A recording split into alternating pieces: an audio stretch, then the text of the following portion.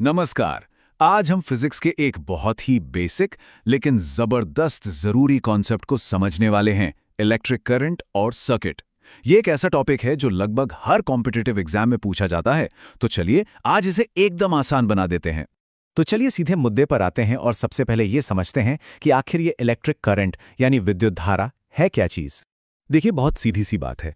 किसी भी तार यानी कंडक्टर के अंदर जब इलेक्ट्रॉन्स एक साथ एक दिशा में बहने लगते हैं, बस उसी बहाव को हम इलेक्ट्रिक करंट कहते हैं। इसे नापने का एक फॉर्मूला है I = Q/T। अब यहाँ I का मतलब है करंट, Q है टोटल चार्ज मतलब कुल कितने इलेक्ट्रॉन्स हैं, और T का मतलब है टाइम यानी कितने समय में वो चार्ज एक जगह से गुजरा। करंट को नापने की जो स्टैंडर्ड यूनिट है वो है एम्पियर, जिसे हम A से दिखाते हैं। और एक एम्पियर का मतलब भी समझ लीजिए। जब किसी तार के एक पॉइंट से एक सेकंड में 1 कूलम चार्ज निकल जाए तो समझो करंट 1 एम्पियर है। अच्छा, यहाँ एक बड़ा मजेदार पेच है। देखिए, हम शुरू से ये मानते आए हैं कि करंट की दिशा पॉजिटिव से नेगेटिव टर्मिनल की ओर होती है, लेकिन असलियत में जो इलेक्ट्रॉन होते हैं वो तो नेगेटिव चार्ज वाले होते हैं, तो वो नेगेटिव से पॉजिटिव की तरफ भागते हैं। ये एक छोटा सा पर बहुत जरूरी फर्क है, इसे हमेशा याद रखिएगा। तो अब हम ये तो जान गए कि करंट क्या है। अब बात करते हैं उस रास्ते की जिस पर ये करंट चलता है। इस रास्ते को ही हम कहते हैं इलेक्ट्रिक सर्किट या विद्युत परिपथ। एक बिल्कुल बेसिक सा सर्किट बनाने के लिए हमें 4 चीजें चाहिए होती हैं। सबसे पहले एक बैटरी जो एनर्जी का सोर्स है, दूसरा तार जो करंट के चलने का रास्ता है, तीसरा एक स्विच जिससे हम करंट को चालू या बंद कर सकें, और चौथा एक लोड जैसे कि बल्ब जो उस एनर्जी को इस्तेमाल करेगा। अब देखिए, सर्किट की 2 ही हालतें होती हैं। जब स्विच ऑफ होता है तो रास्ता टूट जाता है, इसे हम कहते हैं ओपन सर्किट, इसमें करंट नहीं बहता। और जब स्विच ऑन होता है तो रास्ता पूरा जुड़ जाता है और ये बन जाता है क्लोज सर्किट। बस तभी करंट दौड़ने लगता है और हमारा बल्ब जल उठता है। तो ठीक है, करंट बहता है, लेकिन इसके बहने के नियम क्या हैं? यहीं पर आता है फिजिक्स का एक सबसे जरूरी नियम, ओम का नियम। ओम का नियम असल में वोल्टेज, करंट और रेजिस्टेंस के बीच का रिश्ता बताता है। ये कहता है कि अगर तापमान न बदले तो किसी तार में बहने वाला करंट I वोल्टेज V बढ़ाने पर बढ़ेगा और रेजिस्टेंस R बढ़ाने पर घटेगा। इसका फेमस फॉर्मूला है V = I × R। चलो इसे और आसान करते हैं। मान लो रेजिस्टेंस फिक्स है, तो आप जितना ज्यादा वोल्टेज लगाओगे, मतलब जितना जोर का धक्का दोगे, उतना ही ज्यादा करंट बहेगा। सीधी सी बात है।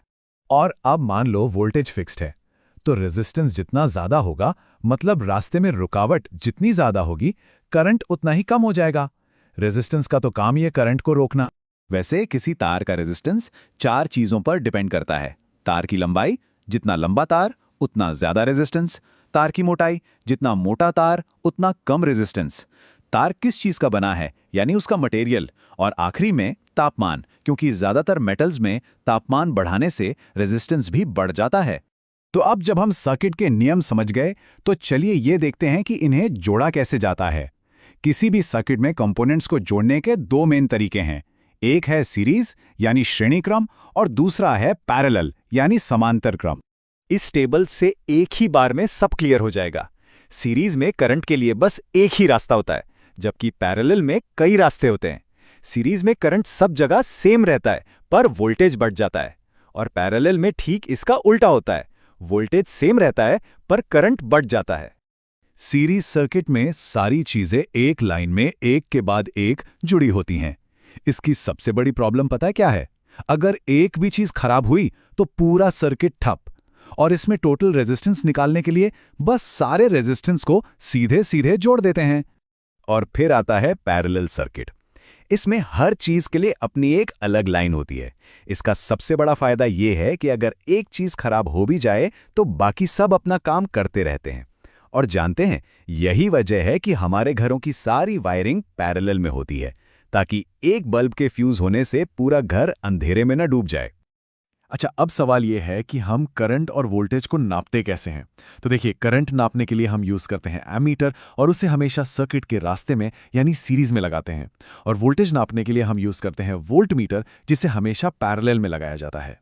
चलिए अब फटाफट वो सारे जरूरी पॉइंट्स रिवाइज कर लेते हैं जो एग्जाम में बार बार पूछे जाते हैं। सबसे पहला और सबसे जरूरी पॉइंट, इलेक्ट्रिक करंट की एसआई यूनिट हमेशा एम्पियर ए होती है, इसे बिल्कुल मत भूलिएगा। दूसरा, ओम का नियम। फॉर्मूला है V = IR। ये फॉर्मूला सर्किट वाले ज्यादातर सवालों को सॉल्व करने की चाबी है। तीसरा, एमिटर। याद रखिए, एमिटर करंट के बहाव को नापता है, इसलिए उसे करंट के रास्ते में ही लगाना पड़ता है, यानी हमेशा सीरीज में। चौथा, वोल्टमीटर।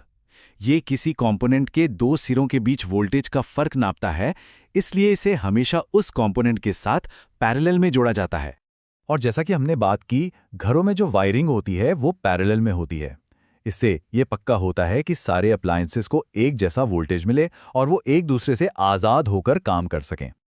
और जाते जाते आपके लिए एक सवाल, जरा सोचिए, अगर हमारे घरों के सर्किट पैरेलल की जगह सीरीज में जुड़े होते तो क्या होता? आपके टीवी, फ्रिज, बल्ब ये सब कैसे काम करते?